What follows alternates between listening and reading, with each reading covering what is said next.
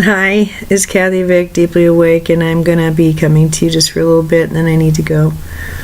I know that I've got really good things coming up. And I need to explain that because it feels so good. Oh my goodness.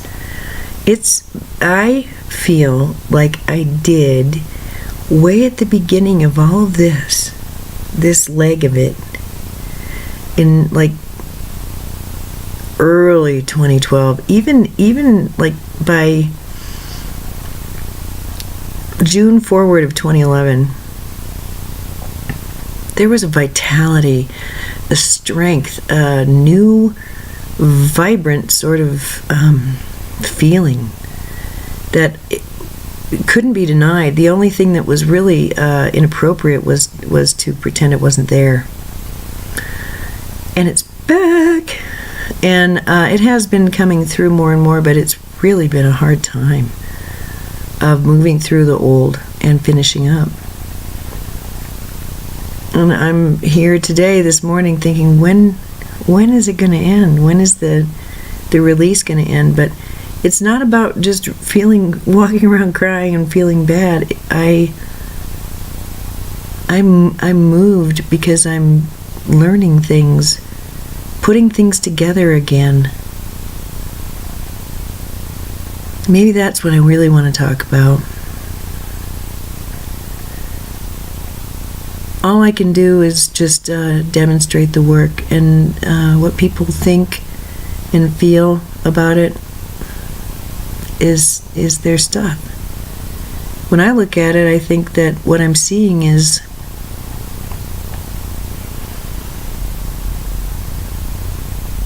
it's a story in evolution on so many levels. And now it's a different phase of that evolution. I know this to be true. It's unshakable. And now is about connection. I'm being able to see things in better perspective. And maybe after all, it really has more to do with scale than perspective. I've been given the gift of longer sight and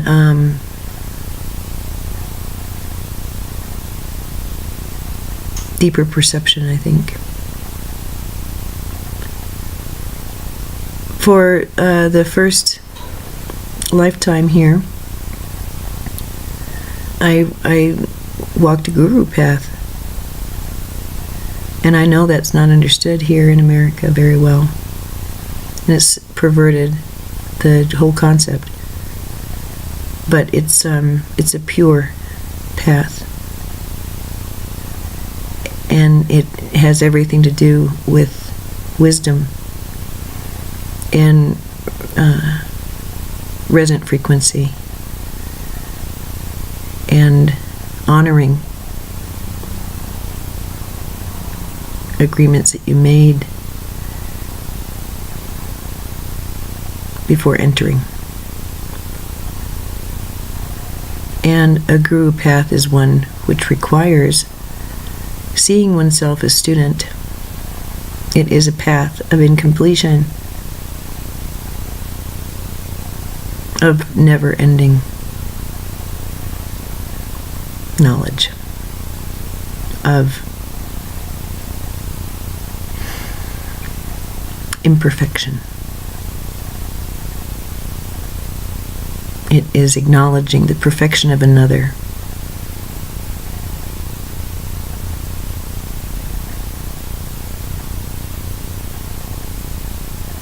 Requiring that is not given to self. And I think that is how I tried to raise my kid, and I didn't even realize it. I didn't really understand how to just show somebody that you accept them, because I realized I never really do. Not with this culture, not with you, not with me, and not with my kid. Hey, don't you notice that? You got something you can make better. It'll make it easier on the long run. Whew. Well, for me, that's an act of love. But I can understand that for most, it's an act of aggression. So, for me, it has to do with changing a lot. And I don't know. I'm not sure how anybody else is doing this. I'm just really super glad that I had the event happen to me that happened to me, mentioning the son of Antares, because otherwise I don't know, I would I'd feel compelled to come back, honestly. And it was sort of do you know what I mean? I'd feel compelled to saying, yeah, well, this is the longest these legs are ever going to get. This is the best this ass is ever going to shake on the dance floor. This is the best this mind is going to ever be able to come up with. I have limits. And without changing those limits, without changing that geometry, I don't know how else I'd be able to make the leap. So, I'm really grateful. And that's why I did urge people to consider it something that's well within their power, and it's in their arsenal if they want it. It's helped me. And I don't feel like I'm having it put on me, and I don't feel like I'm picking something out of all the pretties. This is me. There are far too many coincidences for it to not be anything but synchronicity, and therefore purposeful. So, an insert. So today I was watching David Wilcock, and I was very interested in the weirdest things are popping up on my feed these days. And I saw this video on Antarctica, and this fellow named Good with David Wilcock. And I really enjoy David. I enjoy that information. I enjoy his energy a lot. And I'm so glad I can finally bathe in it. It's been a long time since I felt cool with that. And as I'm listening, he mentions the asteroid belt. And I think that they mentioned that it's postulated it was a planet. And no, of course it was a planet. And then all I hear is them saying, Maldek, Maldek. You should look up Maldek. Oh my God. It led me eventually to the website containing all of the Law of One info. Oh God. And there is where I learned about double-bodied souls. They're entities that incarnate here. They're not like wanderers. Tesla was a wanderer. These one-off people who are they're not exactly from around here. But these double-bodied people, they take on two incarnations, a third and a fourth, at the same time. The mother has profound spiritual relationship with the child while in utero, and they have twinned energy. It's like ding, ding, ding, ding, ding. Oh. And then I saw the timeline. And it was then that I really, really just felt happy, because it's like this new portion of my life is now finally here where I feel vital again. I'm not in full argue mode, and I think what has come to pass is past. And I had a blast like this in 2011 and 2012. And then a year that was odd. And then 3 years that were just pedal to the metal work, 2 actually. And boy, my 55th year, that was a topper.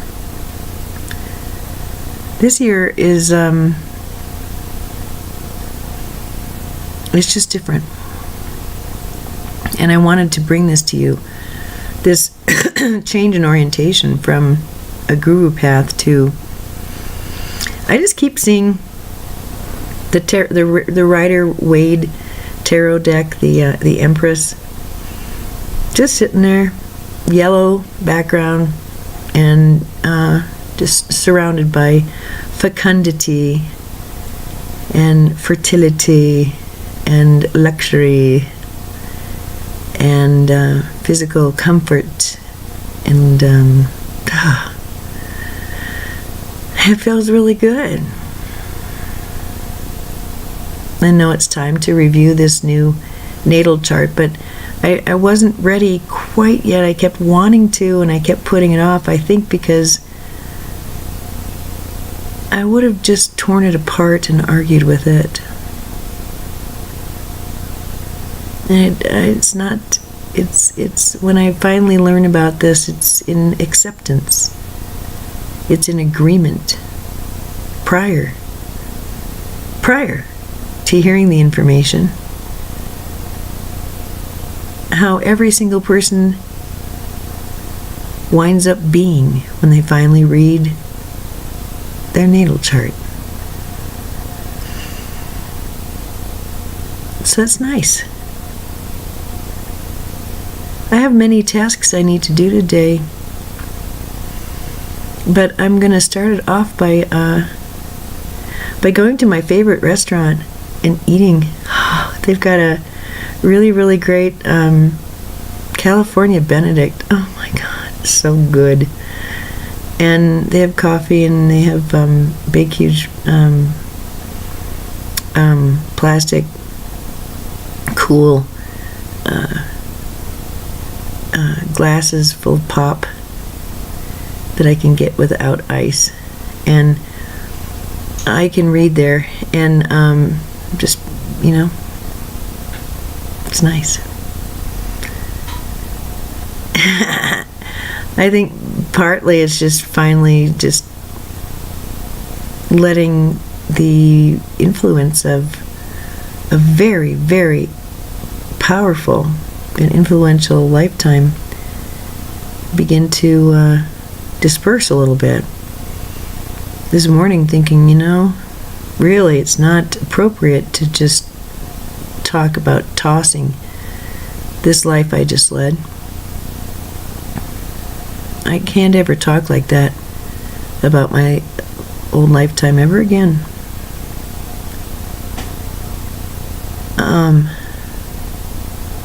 Not because I am weighing it and declaring it good, because there's a lot of suffering. Oh, that's part of it. I'm really just taken aback by the strength of character, the devotion, the self-awareness, the self-devotion, and the level of protection, for good or ill. Maybe it's just the moon, but I feel like the influence can begin to wane. There's a lot of tragedy and a lot of contrast that is inherent in staring at things that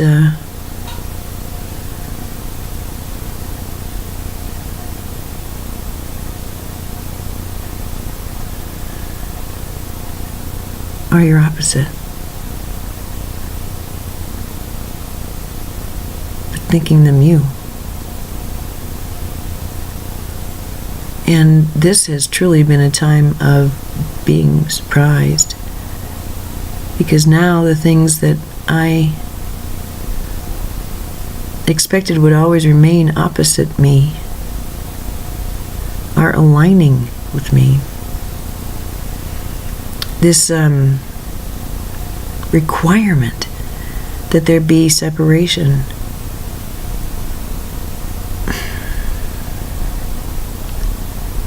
well, it just feels abandoned overnight somehow. What's in its stead? And it's this bigger thing that keeps coming through and talking with me. And fear thoughts are met instantly with the truth. Not to argue. The fear thoughts, I can see them more as like bubbles coming off of pop. They're no longer something that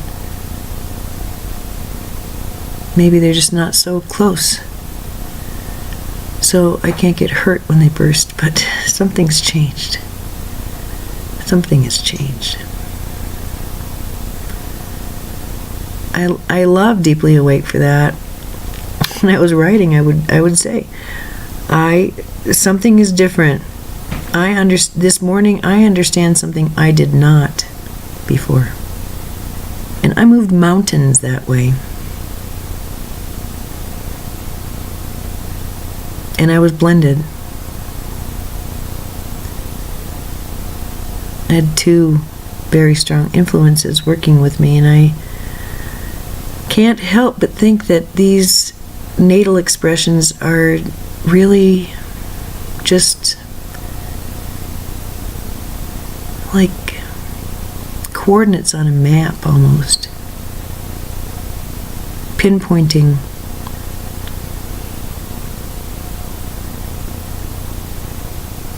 an endeavor in consciousness to a space-time, and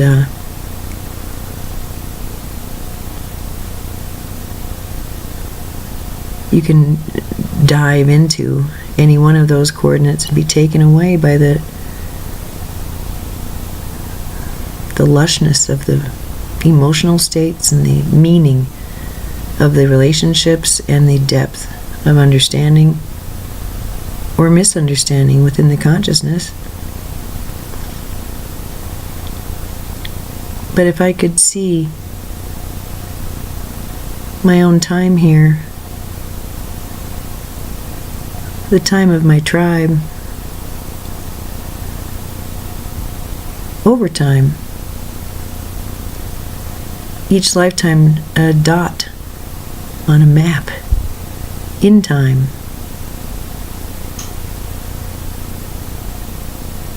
It's a global experience. And really, there is no I. I am another you. You are another me.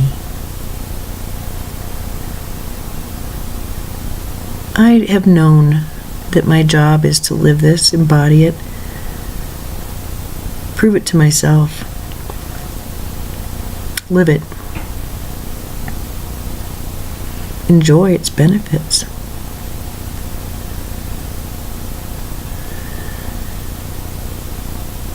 It was quite a process.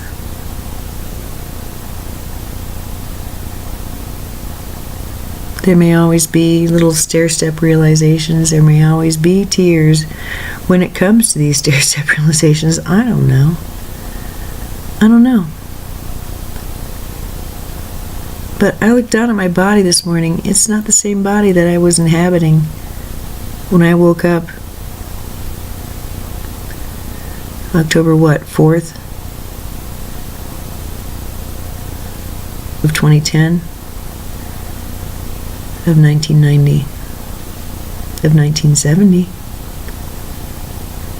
I allow myself to change. I allow myself to adapt, always.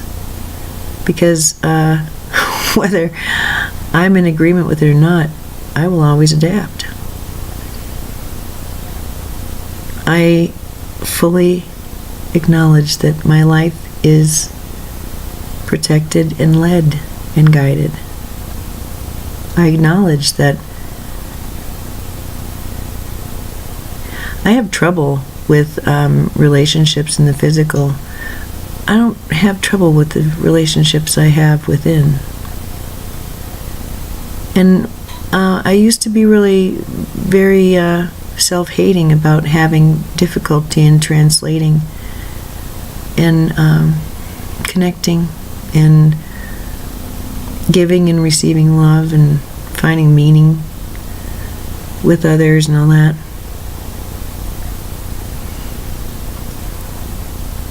Oh well. I have reacquainted myself with my passion, and that's learning not to fill a deficit, but as an act.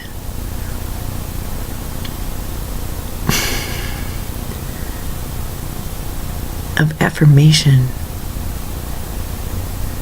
of connection, of synthesis.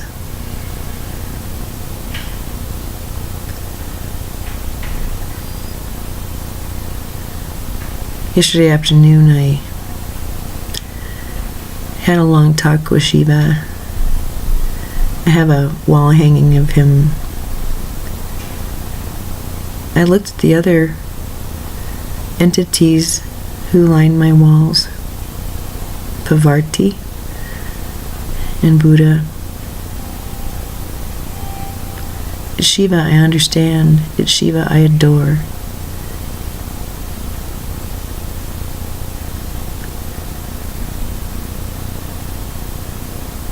Shiva was destructive. Shiva had a temper. Shiva was at times murderous. Shiva was unskilled. Shiva was a warrior. Shiva was a meditator. Shiva was a healer. Shiva was a consummate lover. Shiva was a spouse. Shiva was a parent. Shiva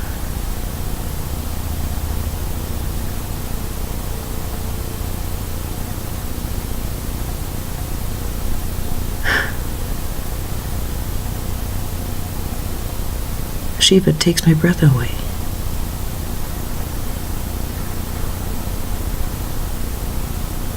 And when I'm with him,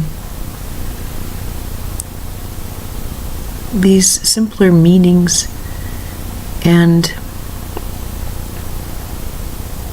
social expectations and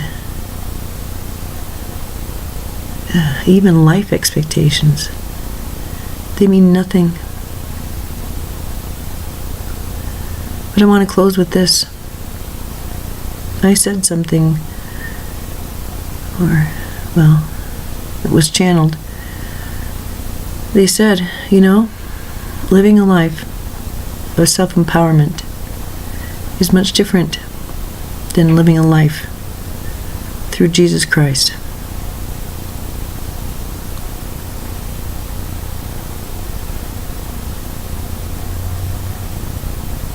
And that sentence has come back again and again and again. I saw this morning and last night how, well, I saw the mechanism a lot more clearly. It's always been pretty obvious. It's really not socially acceptable to, it's weird if you know,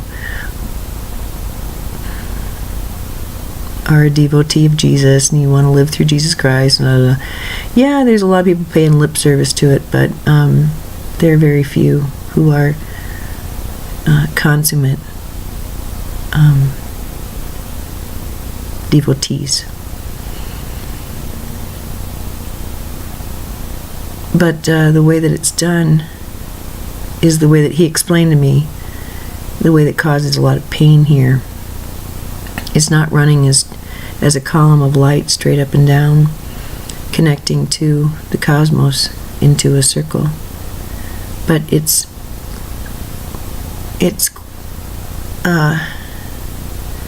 making that circle smaller by bending your head and running your light through another person. And he came to me and explained that to me when I found myself in meditation, and suddenly I was on a dirt path with 2 other women, and we had these long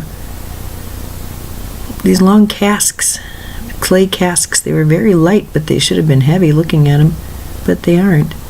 And we were going to go collect water, and up ahead of us there were some men, and I saw Jesus, and it was almost painful to look at him because I loved him so much, and I knew that he would not be mine.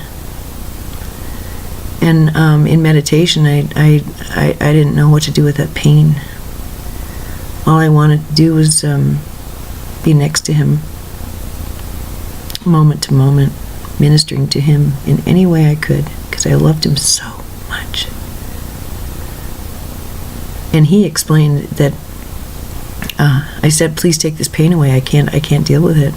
And he came to me and said, "The misunderstanding is that notice your body."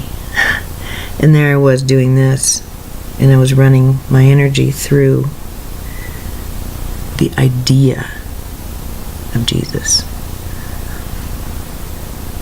He said, "Now stand up straight."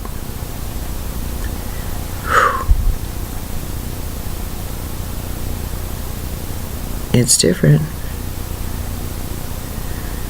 And I said, "Well, that's really great. Super, super great." So you have a lot of self-realized masters walking around, and no one's connecting with anybody else. You're just all walking around in little columns of light. He said, "No, watch." And I saw a lattice. It was coming from their bodies, energetically, primarily through their heart. But that's the connection. And it's more of a energetic body thing. It translates into words and deeds. And great love. There was a lot of that. And there was no shame. There was no resentment. There was no guilt. There was no fear. There was cooperation, and there was community, and there was real work being done. And people were clear-headed about it. So all of that's been coming through a lot more. Last night I get home and I'm alone for the evening, and it's like, wow, I haven't had this experience in a while. Thank you, Sam. He insisted that he give me a break. Isn't that sweet? We needed it too, because we were at each other's throats. So now I guess I did need a break. I learned a lot. I figured a lot of things out. But, and mainly it has to do with just accepting him and not trying to teach him. Wow. Because that's the only thing that really pisses him off, is when I don't treat him like he already knows stuff. And I don't accept him. Well, I was being a really, really, really, really good Guruji. I was doing what made sense. I was giving premium grade love because I was giving knowledge. It's not what he wanted. How was I to know? I didn't know. I know, you'd think I'd know. I didn't have the training. You don't know what it was like for me. You don't know.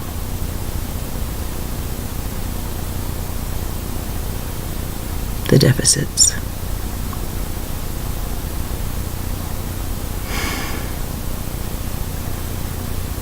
And now here I am. Now here I am.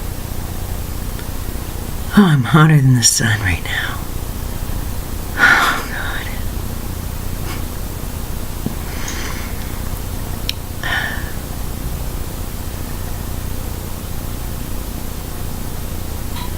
I'm giving this to you today, not to announce anything, not to withdraw from anything, not to ask your permission, not to ask your approval, not to ask for your attention, but because I have a song to sing, and it's beautiful.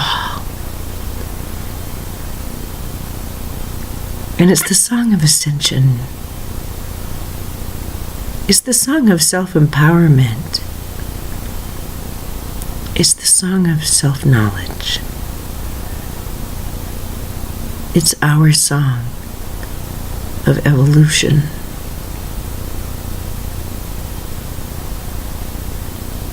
There's much that we don't know as humans.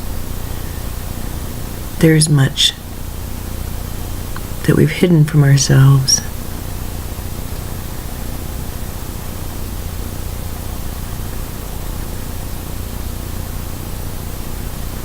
I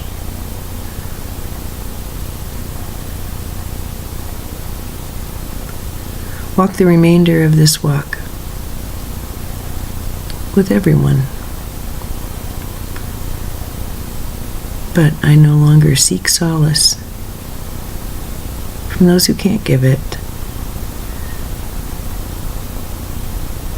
as an excuse to then be angry and bitter and resentful.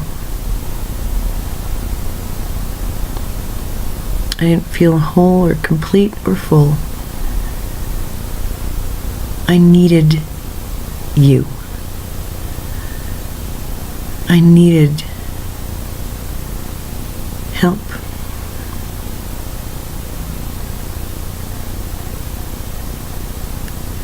I needed to complete this.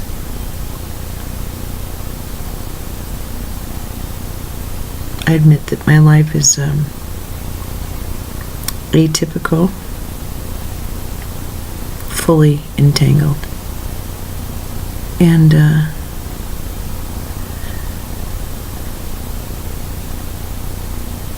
that I am biologically capable of much. That is atypical. But these bricks that I'm made of, they're made of the same stardust you're made of. So I'm going to accept you as you are. And retire from my mandate to teach and to learn. I do want to write a novel, and I want to come here whenever I feel like it. There's some things going on though that are going to change my daily life pretty soon. So I can't get into it, but something's going on. I don't exactly know what it is. I like these days though, because then I can look back and go, oh, that's why I was feeling so weird. Like Friday and Saturday, I was feeling, oh God, and even Thursday, I could feel before that big huge thing happened on Sunday, and I could not figure out why I was having the thoughts and feelings I was having. Ugh. And oh God, that was bad. Ugh. And like, why am I having this reality? This is not a pleasant reality. And so I guess, seeing as how we're in this holographic reality, in that means that in the one drop is contained the ocean, and the ocean is containing of the drop. So yeah, it's a bit holographic. I'm in this magnetic soup, and I have my own magnetics, and the soup affects me and I affect the soup. And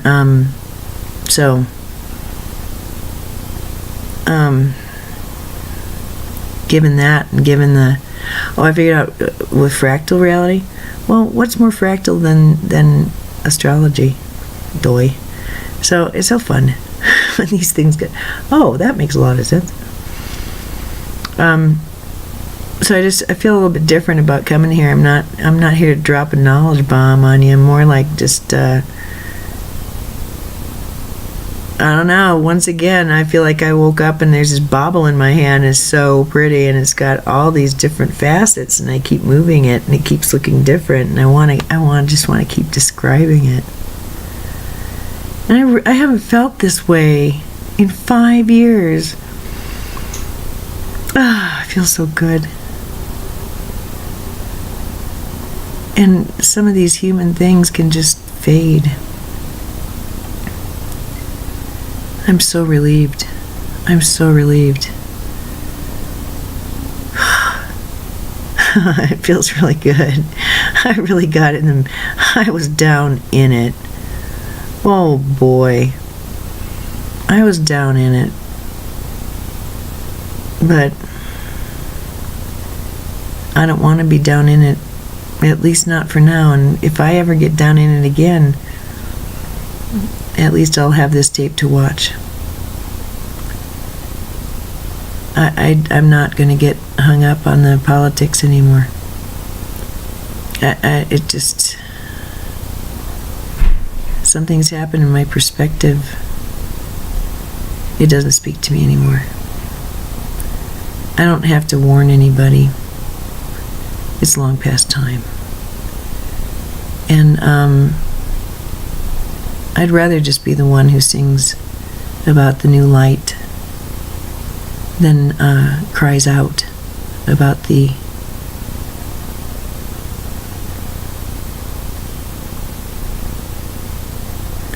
impending pain that comes before the light.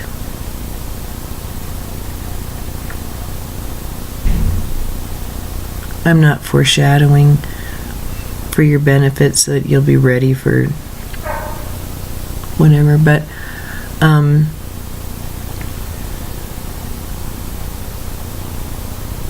I can say that I ask that everybody just love yourselves real good day to day, okay? Stand tall. Smile. Smile, even though it seems weird. Cover your face and do it quietly if you have to. Smile. Look up. There's a purpose here that goes far deeper than defending or nullifying an agreement made among men a couple hundred years ago.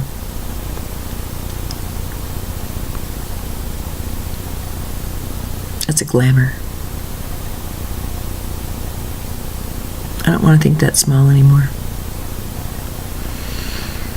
Alright, so I'm going to go get me some food. I can't wait. I want to go to my favorite bookstore too. They moved, so it's not I have to reestablish my connection there. I like the merchandise, but I haven't gotten used to the space. But I like the people too. And I think I might poke around there for a little bit. They've got a used book section I really enjoy. And now I have new authors and new ideas for research, so I want to kind of poke around there. And I gotta eat. And